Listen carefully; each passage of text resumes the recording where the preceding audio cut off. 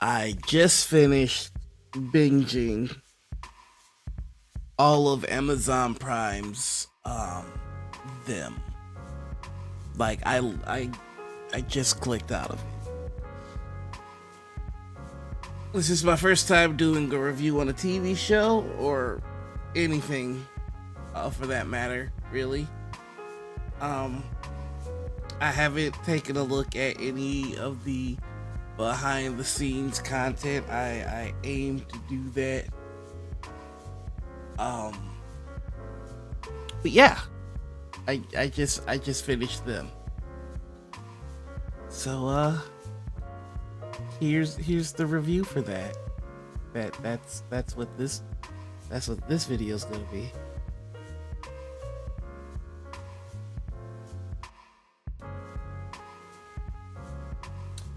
All right, so first things first. Spoiler warning. I am going to spoil this entire show. Um, because I have to. Um, I'm gonna start off with the positives. Um, Deborah Arinde. I hope I'm saying that name correctly. Ashley Thomas, Shahadi Wright Joseph, Melody Hurd, the leads for the show. They did an outstanding job. They were fantastic actors all the way around. They really pushed what they were given in the scripts. It was shot beautifully. They had a style in mind that remained consistent throughout the entire season, which I heavily respected. And there were some interesting things in the plot. I can't stress enough how well Deborah did as Lucky Emery. This was a role that required a lot, and she delivered. There was nothing that any of the actors could have brought further than what they brought. But I want to get that out of the way. Um, it was very interesting to see some of the some of the white actors. I made a post on Twitter about how they're all suspect now because it's just like it was a lot. Why am I even wearing these? I don't need these anymore. All right, so the story. Them is the story of a black family who moves from North Carolina after suffering a horrific and tragic loss to start a new life in California, or East Compton to be more specific, which is currently a white only neighborhood. And them is the story of the racial tension alongside the supernatural forces that rebel against this all black family taking residence in Compton. that's the story in a nutshell, but holy shit, there's so much more to this. When you're watching them, or even looking at the promotional material, you can't really help but draw parallels to a lot of the work that's come out lately from Jordan Peele, Get Out, Us, or HBO's Lovecraft Country. There's a lot of parallel there, and this show continues the trend of using white supremacy as an antagonistic force for black protagonists. This show goes a little further with it by actually making white supremacy the supernatural force that our black family has to overcome. Now, the reason that I look so exhausted, well, I should explain what this show took out of me. So this show made it a priority to show that this family has been dealing with the problem of white supremacy and racism in Jim Crow era America well before we get to the supernatural portion of the show. In the plot, and again, spoilers, and trigger warning, just all the trigger warnings. just if you think if that's a trigger for you, yep, it's probably gonna be mentioned. So the Emery family, our black leads, they come from North Carolina, and as I said, the inciting incident that made them move is that, Jesus Christ. Oh, while the father took while Mr. Emery took his two girls to go see a movie, this gang of white folks came into the Emery household and raped Mrs. Emery and put their baby in a pillowcase and played cat in the bag until the toddler was dead. So that happened.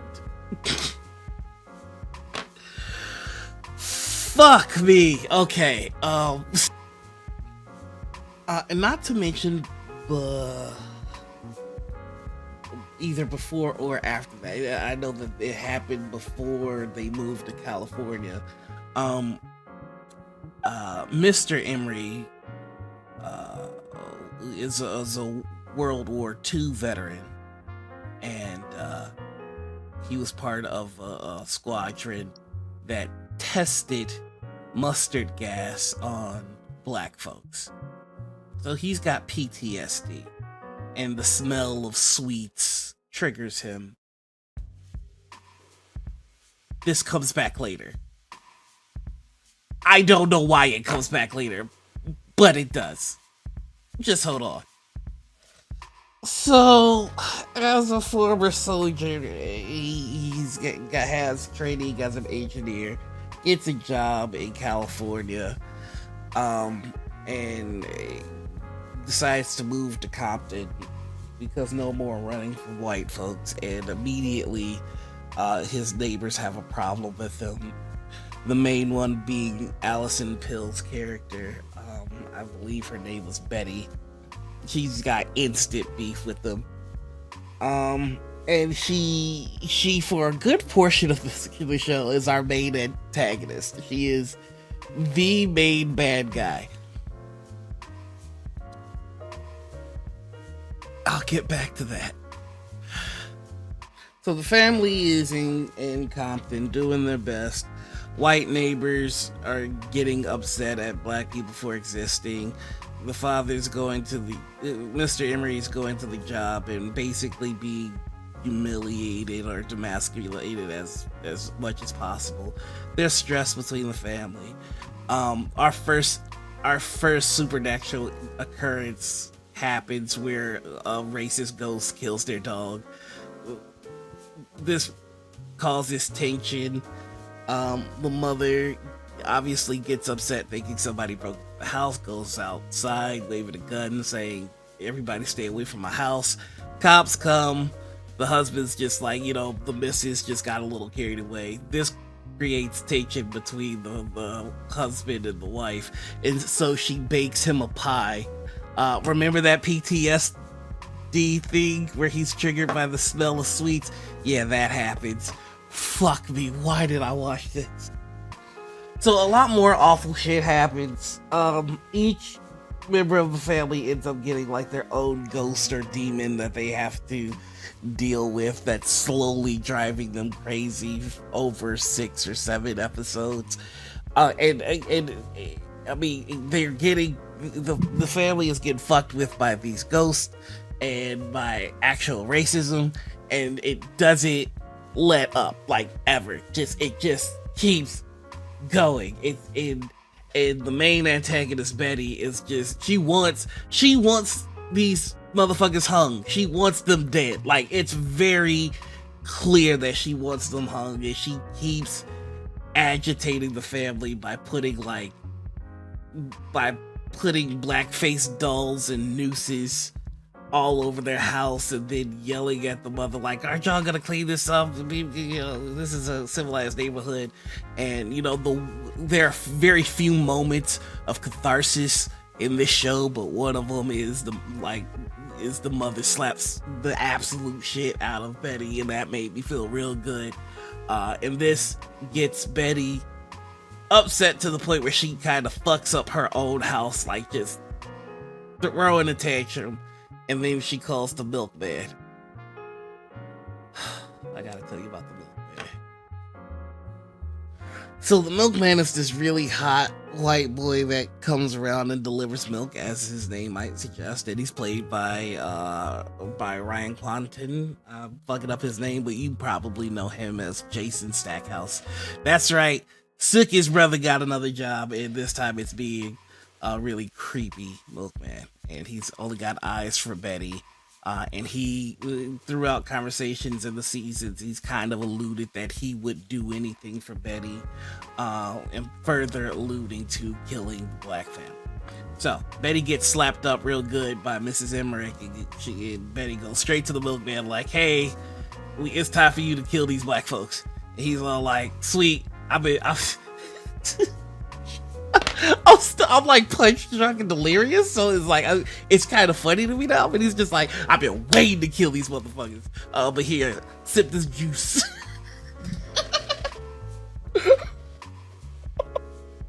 So Betty has a drink out of the milkman's flask, and we find out it's Crown Royal, gang, and it's drunk. So he's keeping her locked up in like a silo that he has decorated to look like her house, and it's real creepy. You know, you ever watch something and you're like, this entire subplot it doesn't need to happen? Like, I looked at the credits and there's a few writers on this show. And I'm like, I feel like this was just one writer's idea. He's like, no, check it out. It's gonna be dope. And it's not. It's not dope. It's the opposite of dope.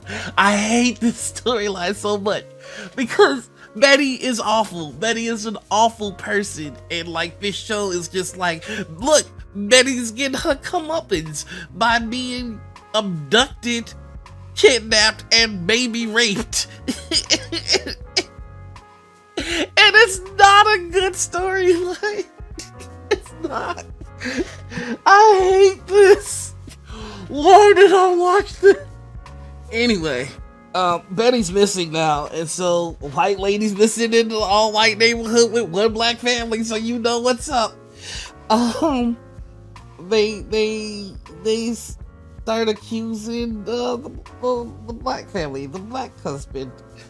And things are getting bad, and I'm probably skipping stuff, but honestly, just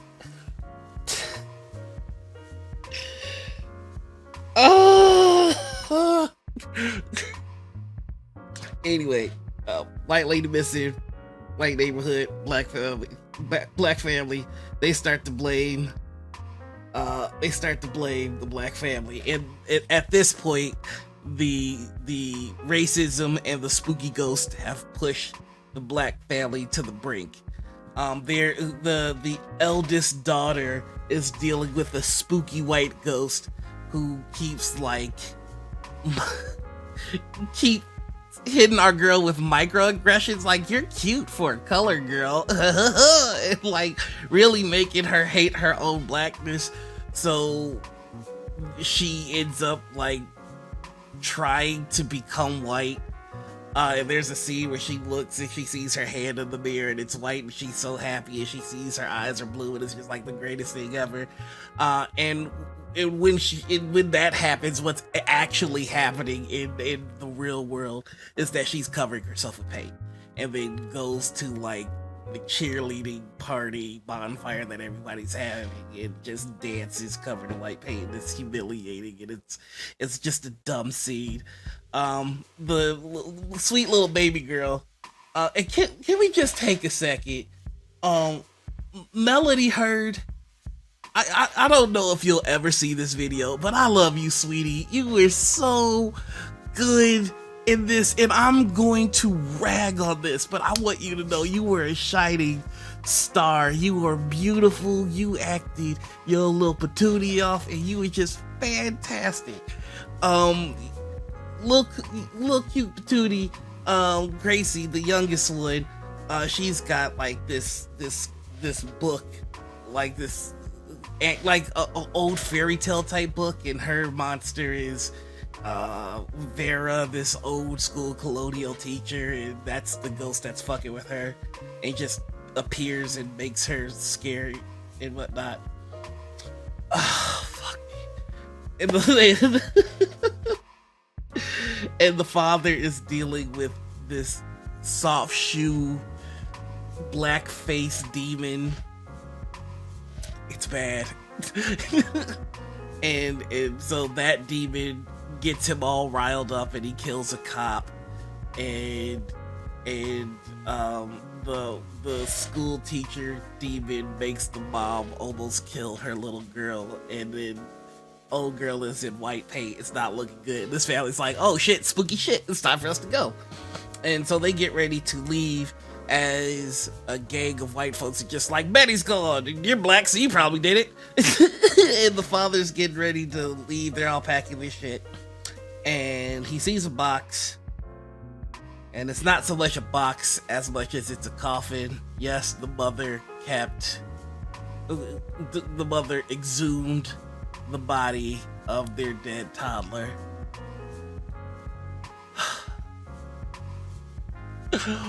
Why?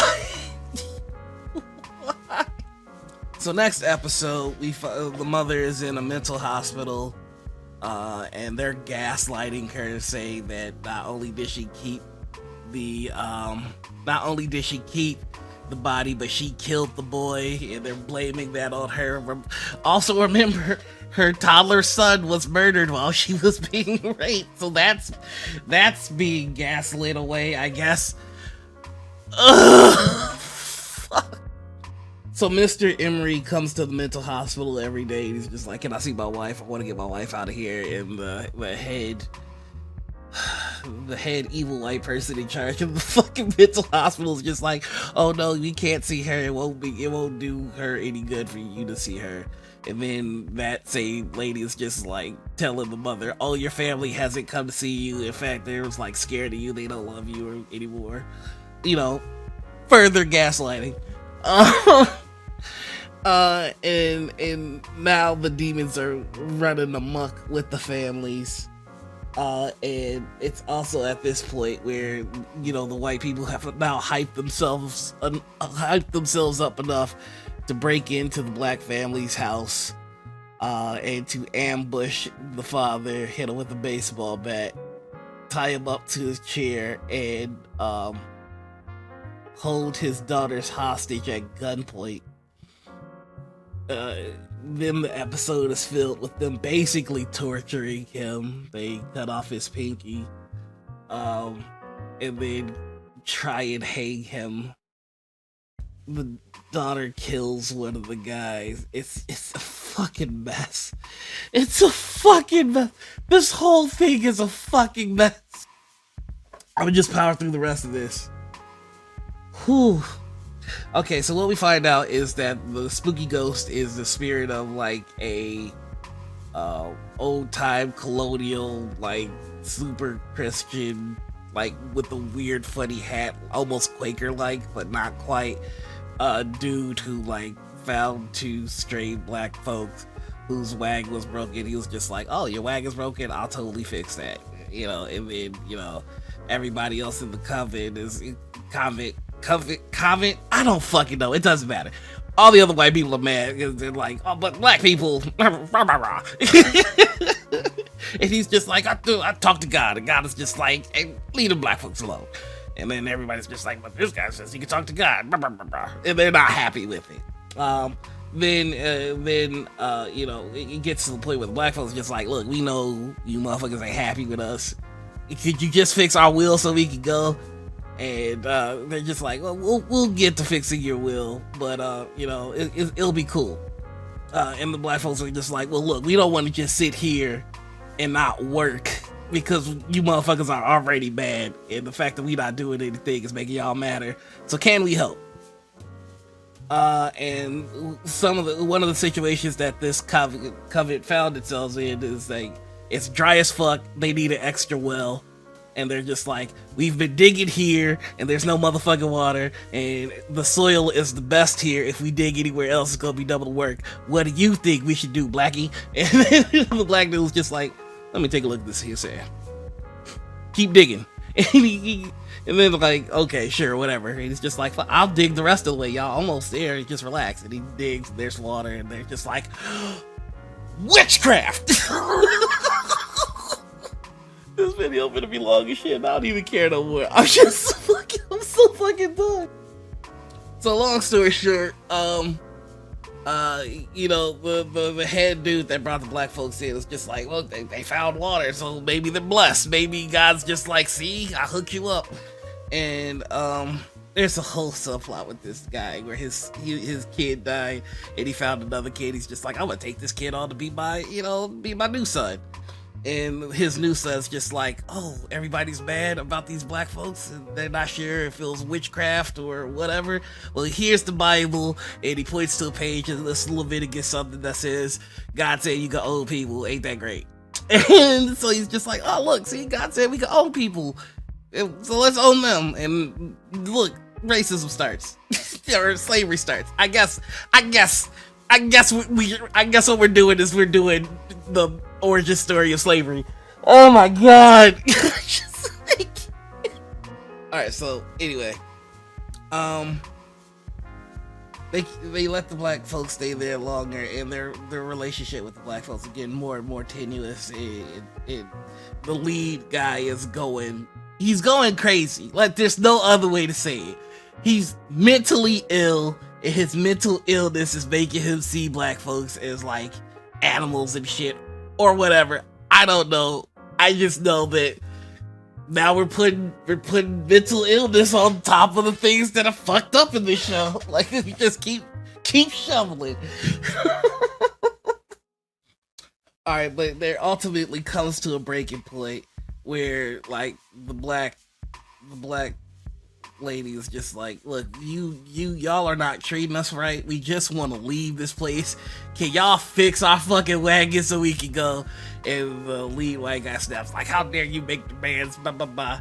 It escalates, and it ends the way you know it's going to end the second that this plot line is started. They get lynched and set on fire. just that's where it was going. I knew that's where it was going. You would know that's where it's going. We all knew that's where it's going. But when that happens, the entire town bursts into flames. The crazy priest guy is led by his son into the basement, and his son, "Oh my god, it's the devil." And the devil's basically just like, "Y'all gotta keep making black people's lives miserable, or you're gonna be miserable. Do you swear this covenant?" And that's the covenant that they swear. And now this priest has become the ghost of racism.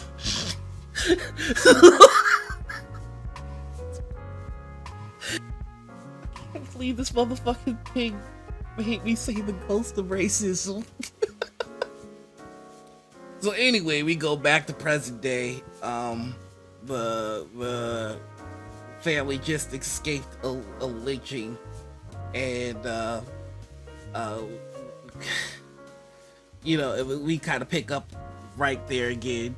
daughter attacks one of the guy with the axe. And there's this moment where one of the white guys is dead, and like the white guy she just killed had the gun, and the other racist guy is just like kind of looking at the gun, and the daughter goes, "I wish you would." And it's just like, this show gives you crumbs of catharsis. Like, I remember that moment to a T because I held on to it. Because I just went from ghost racism to like, and I'm just holding on to this. I'm holding on to it. I wish you would. So the mom makes it back into the house. Encounters each member of the family struggling with their demon, and essentially helps them defeat their demons. And by sticking together and leaning on the strong black woman, they're able to fend off their demons and stand united as a family in front of a lynch mob. And hip hop music plays and it's real triumphant. And that's the end of the story. Moral of the story: love your mama. We went through a lot to get to that moral, but that's the moral of the story. Love your mama. Alright, so by making it to the end of this thing, I understand what they are trying to show. They were trying to show that this is a country that is founded on a need for black suffering. And really, the only way that succeeds is if they blind us to who we really are, because if we see who we really are, then we can see that everything that they're saying about us, or everything that they're making us feel about ourselves, is bullshit. And it's a good moral done terribly. There's also a really insightful episode that kind of broke down redlining and how black GIs got fucked with the GI Bill, and basically gave a rundown for how gentrification started and why it still remains to this day.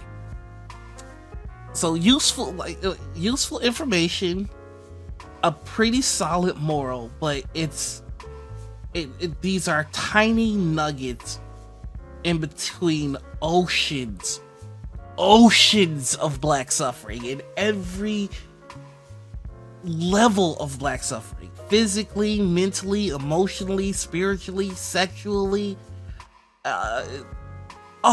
Sexually. I fucking forgot. We gotta get back to the milkman. So, long story short, Betty is abducted by the milkman, tries to escape and gets shot. There you go. In case you needed that resolved, that's how. Still don't think that plot line should have been in there, but it was.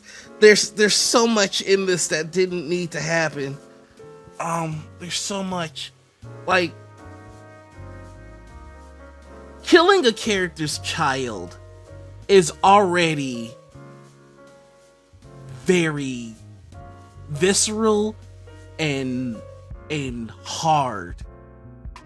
And the way that this was done, it not only is the act of the child being murdered spread across several episodes, but the family is also taunted with it, mocked for it. It's every level of suffering that can occur because of that traumatic event. Like, I think that's what my problem with this show is. This show will hit our characters in the face, and then they will make us watch how painful the swelling is, and then they'll make us experience how uncomfortable the ice is, and then they'll make us watch and see how isolating it is to have a bruise on your face. And then it's just like every aspect of suffering that happens because of one traumatic event they laser focus on.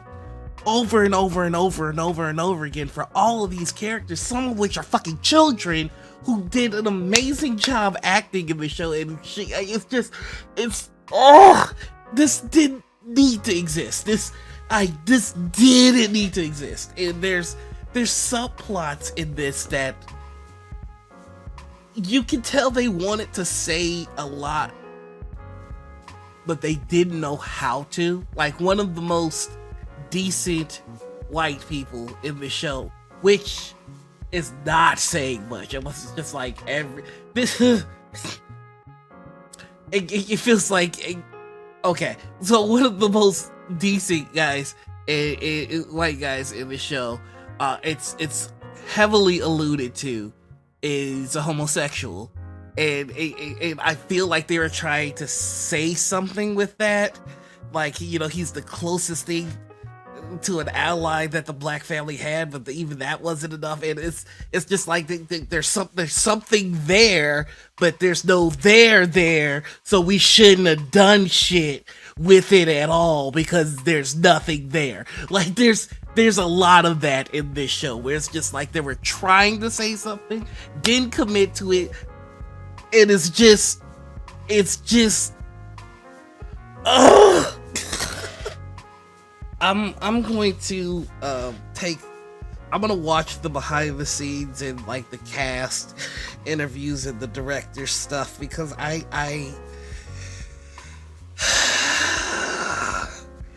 need to know who did this to me. I need to see their face and ask them questions. What did I do to you to make this? It was just, somebody on my Twitter likened it to the Serbian film. If you have not seen the Serbian film, don't look it up. Don't watch it. It's just 2 hours of why is this happening to me? And they were very astute in that comparison, because this was 9 episodes of what did I do to you to do this to me.